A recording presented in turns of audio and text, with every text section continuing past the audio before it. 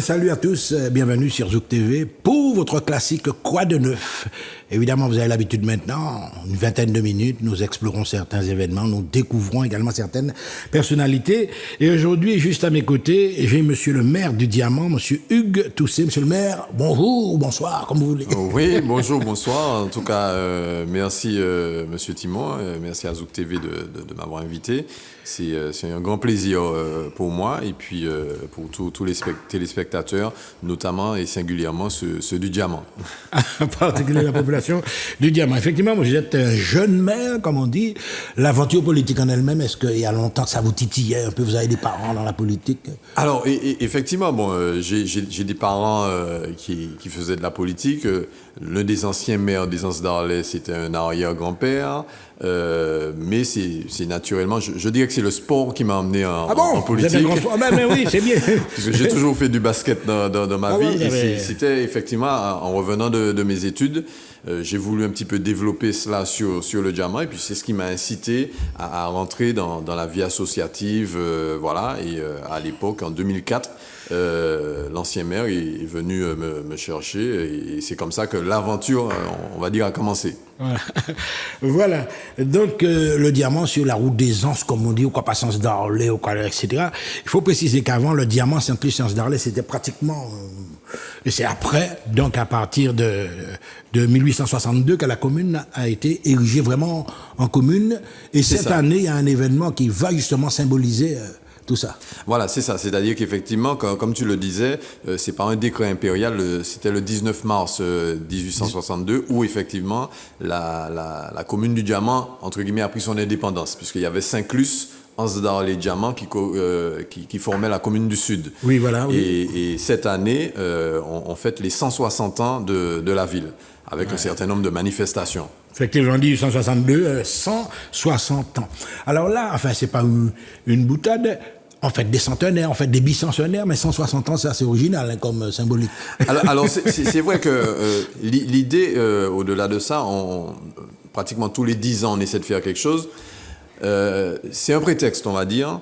Et l'idée fédérateur, c'est que la population diamantinoise et tous ceux qui viennent habiter le Diamant, que ce soit des Martiniquais, des Hexagonaux, des Européens, etc., puissent connaître la vie diamantinoise. C'est une opportunité en quelque sorte. Voilà. Et l'idée c'est cela, c'est que on vient habiter le Diamant, il faut qu'on s'imprègne de son histoire.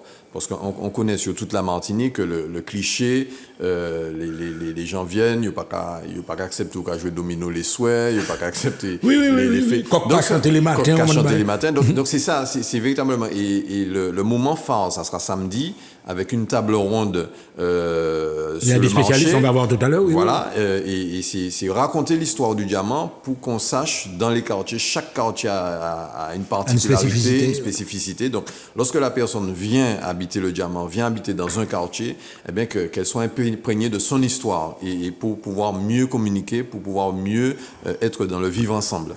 Alors justement, monsieur le maire, effectivement, un programme ambitieux, mais également une opportunité touristique et à la fois un flashback cognitif, à connaître son histoire, parce que le Diamant, quand même, il y a des éléments fondamentaux. Un élément comme le rocher du Diamant, on voit ça comme une merveille de la nature, mais il y a toute une histoire derrière le rocher. C'est ça. Alors, le Diamant a été construit par un certain nombre de faits majeurs. Alors, il y a effectivement le rocher avec l'aspect colonial, la prise du rocher, 1805. Les Anglais, les guerres. Etc.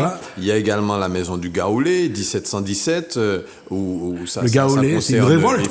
C'est une révolte des colons vers, effectivement, l'État français.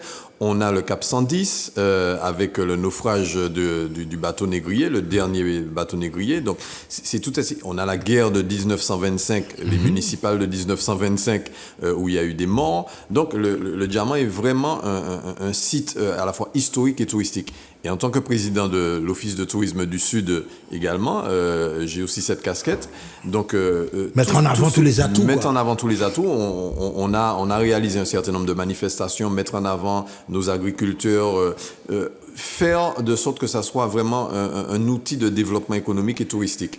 Et on a eu vraiment des retours plus que positifs de la part des Martiniquais, des touristes et des agriculteurs, éleveurs, tous les artistes, etc., etc. Donc c'est mettre en valeur tout le potentiel que nous avons en Martinique et dans le sud.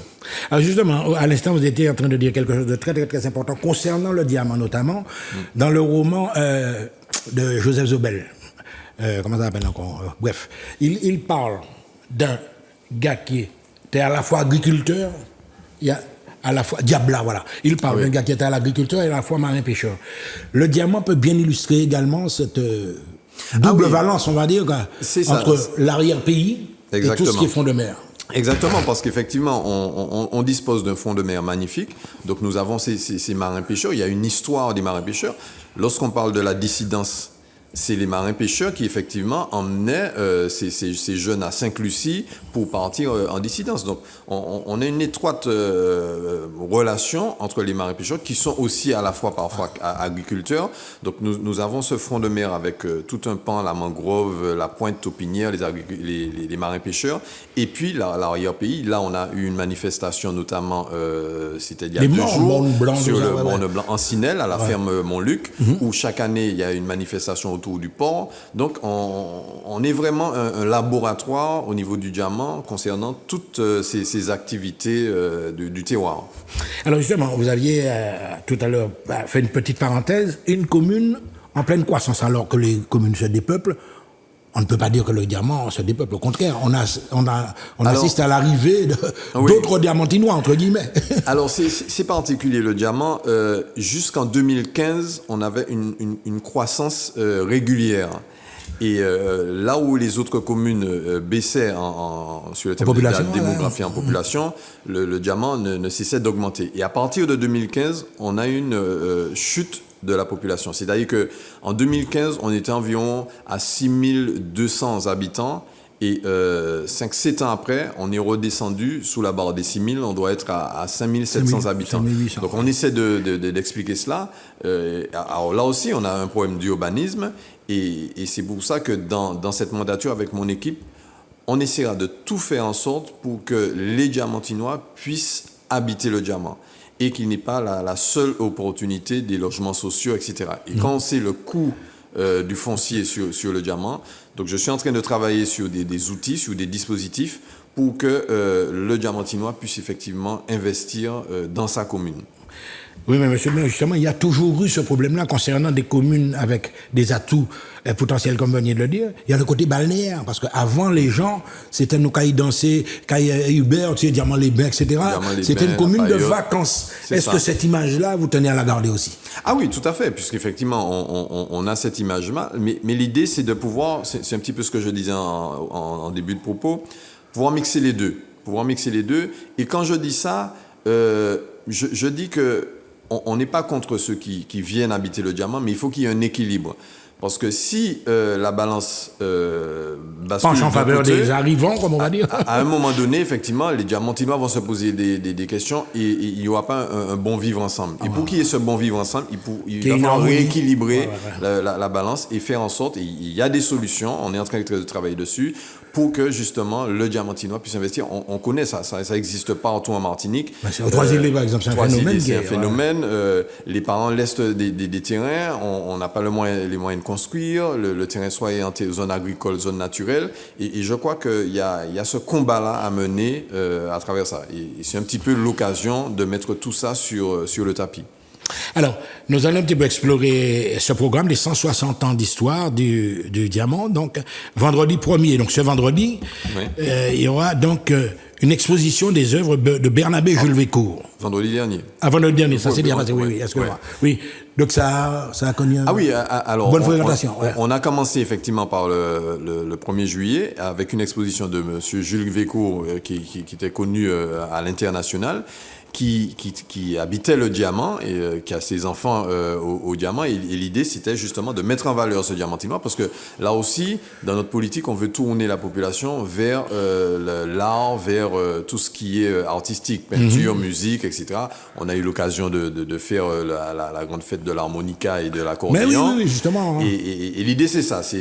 On a des pépites locales, diamantinoises, et c'est de les mettre en valeur. Et là aussi, on avait une petite soirée de vernissage très intéressante. Il y a eu un peu de pluie, donc il n'y a pas beaucoup de monde. Mais en tout cas, c'est ça, c'est mettre en valeur tous ces atouts que nous avons sur le territoire. Et puis il y a un élément que je voulais souligner, vous avez un grand homme comme Édouard Glissant qui est enterré au diamant. Hein. Il a sa tombe au diamant. Il a sa tombe au diamant. D'ailleurs, lors de son enterrement auquel j'ai assisté ses funérailles, il y a le ministre de la Culture qui s'est déplacé. Il a sa maison au diamant. Il a voulu être enterré, donc il a été enterré au diamant. Sa tombe a été réalisée par les services techniques de la ville, avec sous l'égide de l'artiste. Son nom Laurent m'échappe. Valère, non, c'était pas Laurent Valère. Mais on a on sent l'attachement. L'attachement du territoire. On a le Cap 110, Laurent Valère. On va arriver là justement tout à l'heure. Il y a un certain nombre de sites sur le diamant qui méritent d'être reconnus.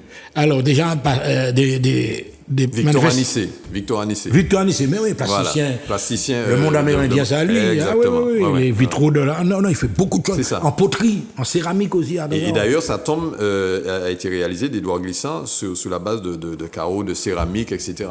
Donc, c'est quelque chose. Donc, notre cimetière est aussi un site espace touristique d'exposition. Voilà. Voilà. On a vu samedi dernier, donc au Jaconnet, plusieurs tableaux, des vidéos de carnaval, etc. Dimanche 3. Et alors, le mercredi 6, donc nous entrons dans l'élément maintenant, l'initiation au gommier. Mais le diamant, pourquoi vous n'avez pas également... On a eu pendant des années un gommier au diamant. Thalassa, et je fais un clin d'œil à M. Auster, Alain Auster, qui tenait cette association-là. Et l'idée, c'est de revenir vers, effectivement, ce que nous avions de plus fort. Donc, le diamant était tourné vers la mer, notamment. On n'était pas terre de yole, mais terre de gommier. Donc, l'idée, c'est de reprendre un petit peu cela. Alors, c'est toujours difficile avec les jeunes de se retourner vers ce type d'activité, mais c'est l'occasion. Et puis, je suis aussi enseignant, directeur d'école, donc c'est une opportunité également. Pour moi, effectivement, la formation, les jeunes, l'éducation, eh bien, passe par toutes ces traditions que nous avions. Inscrire les enfants dans leur patrimoine. Exactement. Voilà. Je vous donne un exemple tout simple, et j'en parlais hier. En maternelle, puisque j'ai eu à enseigner à la maternelle, eh bien lorsqu'on avait nos fêtes patronales avec le jeu de voiture là, Tiloto, les gens Tiloto, eh bien, j'ai fait réaliser, alors là j'étais à l'époque au Marin, par les services techniques de faire ces jeux-là, et puis on apprend aux enfants à compter avec les dés, etc. Et puis et nous-mêmes, Tiloto. Donc on a des outils où on pourrait traduire en éléments pédagogiques pour pouvoir faire en sorte et puis inscrire l'enfant dans un environnement proche, évidemment. Exactement, un environnement qu'il connaît. Voilà. Donc on va arriver, alors là, cette semaine, nous aurons des moments importants. Zik in Town, alors là, je vois, donc à 17h, où Justin Rock, piétonne, gastronomie, animation, musique, et petit marché artisanal, spectacle de rue, ambiance musicale. Vous donnez une vie, quoi, au bout. Alors, le vendredi, effectivement, on a réuni les commerçants pour cela. Rue piétonne, le vendredi, je crois que c'est à partir de 15h30. Oui. Avec des animations de rue, avec des courses de barman, etc. On fait vivre le centre-bourg en faisant participer les commerçants. Et puis, en fin de journée, un plateau avec des DJ pour un petit peu animer. Ouais. Parce que c'est vrai qu'on sort quand même on ne le dit pas assez, on sort de 2-3 ans de pandémie, on est toujours pas sorti. On est là-dedans toujours. Où je pense qu'on n'a pas mesuré l'impact psychologique sur la population, sur les enfants, sur vraiment toutes les couches de la population. Et aujourd'hui, on a besoin effectivement de s'ouvrir, de décompresser. Et on le voit aussi, on est devenu beaucoup plus frileux pendant ces années. On ne supporte plus la musique, Donc, on essaie de revenir doucement vers effectivement une ouverture d'esprit. Et voilà. Mais, monsieur le maire, mais tous les faits de violence qu'on constate, c'est une déduction logique, hein, vous savez. Exactement. Voilà. Et là, c'est un combat qu'il faut qu'on prenne. Alors là, tous les élus, toute la population, c'est encore un autre sujet. Mais Diamant, par exemple, on ne t'entend pas tellement parler de faits de violence, etc. Enfin, alors, je touche du bois, c'est-à-dire qu'il y a peut-être pas à ce niveau-là, Mais au niveau des élus, il faut qu'on soit vigilant sur ces faits de violence et toujours communiquer avec la population, rentrer dans la population, discuter, etc. Ça interpelle. Ça interpelle énormément. Alors, samedi, par exemple, voilà, là, ce sera un temps fort. Là. Nous aurons donc les 160 ans d'histoire. C'est effectivement la manifestation qui, à elle seule, illustre tous les objectifs que vous voulez mettre en place. Donc, il y aura les hommes d'argile. Ils vont présenter un spectacle sur les Amérindiens. Et puis, il y aura une table ronde, la ville du diamant des Amérindiens à nos jours, avec Thierry Létang, mon ami Thierry, que je salue, anthropologue, avec Merlande Saturnin et Serge Larcher, qui est historien. Donc, vous y teniez à cette grande table ronde. Ah oui, c'est vraiment... il fallait et je tiens vraiment à remercier tous ces interlocuteurs. On devait le faire le 2 juillet, mais malheureusement, il y en a qui n'étaient pas disponibles. Mais c'est vrai que le diamant des Amérindiens à nos jours, et on a voilà, vraiment Thierry Létang de Roland, comme on dit ça, ça et Merlande Saturnin, qui est une diamantinoise, qui est une historienne, prof d'histoire, etc. Elle a été d'ailleurs dans l'association Sauvegarde du patrimoine au niveau du diamant, donc qui aussi connaît tout un pan de l'histoire diamantinoise, et puis Serge Larcher, qu'on ne présente plus, qui sera là aussi pour donner sa touche et sa vision, ses explications sur le développement du diamant, politiquement, au niveau des infrastructures, etc., etc. Donc, véritablement, là, une fresque de l'histoire du diamant, et j'invite vraiment la population à venir s'enrichir. Il y aura des petits témoignages de diamantinois, et véritablement... La population sera amenée également à interpeller les... Alors, c'est une table ronde, donc forcément, les gens vont participer, vont poser des questions sur... Voilà, et je crois que c'est véritablement un temps fort. Je me rappelle qu'on avait fêté les 150 ans autour simplement d'une fête patronale, voilà. Mais là, je voulais vraiment marquer ce moment par cette histoire du diamant. C'est symbolique, quoi. Ouais. Qu'on s'en imprègne, et puis qu'on puisse, et on le dit toujours, hein, pour pouvoir aller vers l'avant, il faut savoir d'où on vient. Voilà. Donc, regarde, dans le rétroviseur. Exactement. Mais, monsieur le maire, l'avantage que vous avez, c'est que vous avez associé le festif à cette partie en quelque sorte historique. Il y a un bal populaire. Nous, longtemps, nous pas de voir ça, la fête, bal populaire. Qu'a dansé. Ah oui, dans le marché. Dans le marché, nous qui dansé, et comme à l'époque à l'époque où il y avait effectivement, on avait sur le site un endroit les amandiers où on les dansait, gens etc. danser, Donc si vous retrouvez ça, on le trouve dans les fêtes patronales. Donc l'idée, c'est un moment aussi festif, où la population est invitée. Ah oui, les gens, c'est et je tiens à remercier vraiment toute l'équipe qui m'entoure, autant les élus que les agents de la ville. Et ils ont pris le projet à bras-le-corps parce qu'ils ont compris que derrière ça... Et Joël Pécom, il travaille, mon vieux frère. Ah, mais c'est la cheville. C'est la cheville.